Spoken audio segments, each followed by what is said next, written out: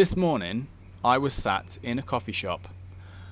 I was sat there, I was looking at beautiful women pretty much everywhere. The sun is shining. I'm sat there sipping my favourite beverage, which is an oat milk cappuccino. And I was thinking, holy shit, man, this is paradise. I took a stock of my life. I was like, my life is better than it's ever been in my entire 31 years of existence. It's even better than childhood. And why is it, though, that I was feeling anxious? I was sat there feeling anxiety. I was like, why is there anxiety coming up? This is paradise in every sense of the word, and why the fuck am I anxious? It was self-sabotage, right? Pure and simple. There's no other explanation for it. So what I decided to do was write about this problem, because it's something that in my coaching business, so I work with men, helping them heal their inner wounds, their inner demons, and make money online through writing. That's what I do. That's my thing. And I come across this a hell of a lot. So why do we do it to ourselves? Why do we self-sabotage? Here's something I've realised about this topic in my ripe 31 years of existence on this planet. Positive experiences can trigger some of our deepest fears, or even the threat of positive experiences can trigger some of our deepest fears. We have an experience of something good happening. This triggers a deep fear, and then what happens is our defense mechanisms kick in to keep us level, to maintain the status quo.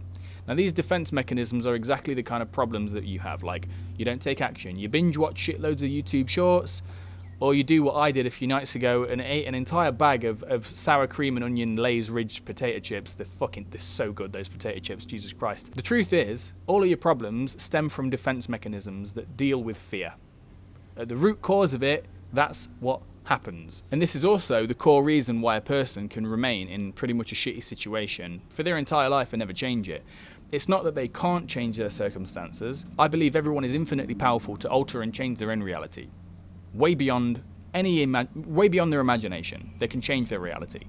But it's that a part of them doesn't want to. A part of them has a fear. A part of them has a reason, some sort of reason why they don't want to go in a positive direction and try and sabotage everything.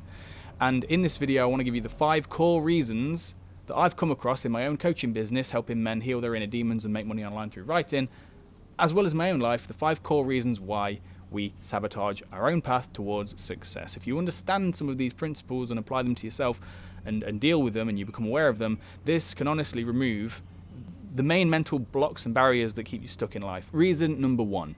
Deep down, you do not fundamentally believe that you deserve good things happening to you. You have low self-esteem, you have a poor self-image, and the thing is about our psyche is if we have an image of ourselves that's negative in some way, then what our behavior will do, our subconscious will change our behavior and hijack our behavior so that we end up creating on an external level circumstances and situations that match the way we see ourselves, match the level of deserving that we have. This is how low self-esteem can become a self-fulfilling prophecy. Reason number 2. People can become strangely attached to suffering.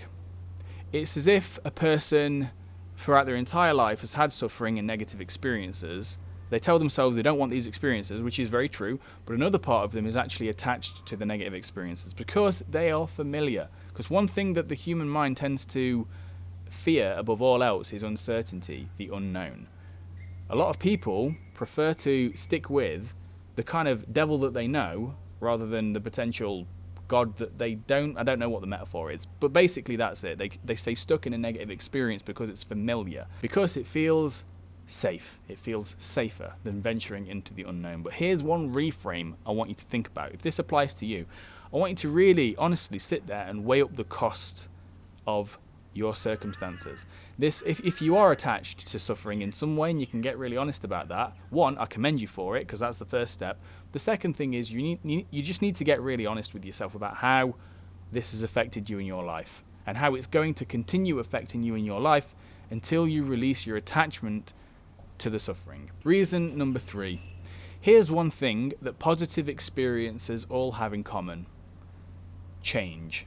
That terrifying word, change. They bring about change. Yes, things might be good, but things are going to change, and I don't know if that change is going to be positive or not. I don't know what's going to happen next.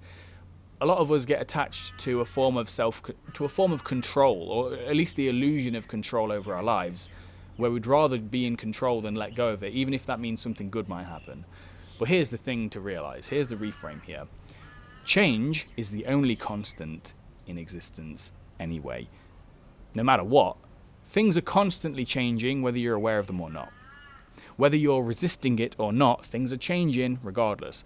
There's an old Zen saying that I absolutely love. I remember it sometimes. Comes to mind at the right time, actually. Let go or be dragged. In life, those are your only two options. So what you either do is you try to resist the change, and you end up being like a tree that doesn't bend with the wind. You break and crack. Or you embrace change and you flow with it.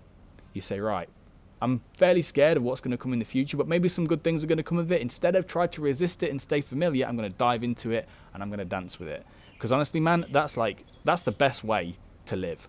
That's the most fun existence you can possibly imagine. That's when you are genuinely alive. When a man comes to me and says, I don't feel alive, it's because he's too safe, he's too comfortable. 9 times out of 10, that's exactly the problem. Reason number 4.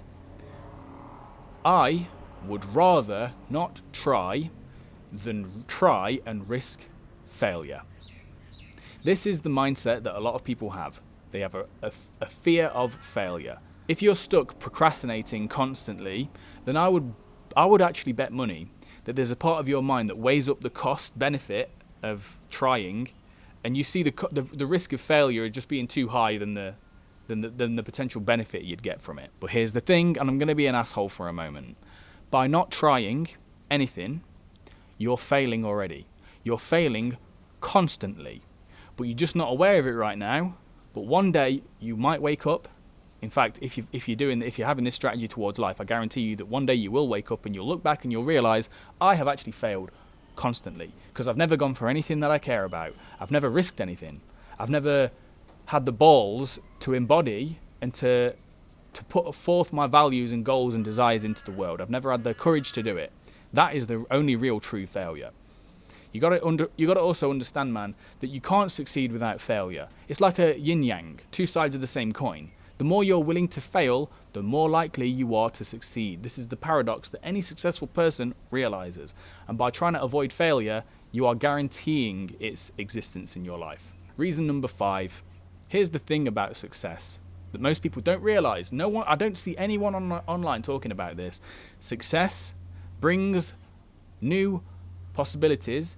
It also brings new responsibilities, new expectations, and new pressure from people. Let's say you build an online business that serves thousands of people. Well, now, yeah, you're making loads of money, you're traveling around the world. Guess what? You now have thousands of people that look to you for guidance.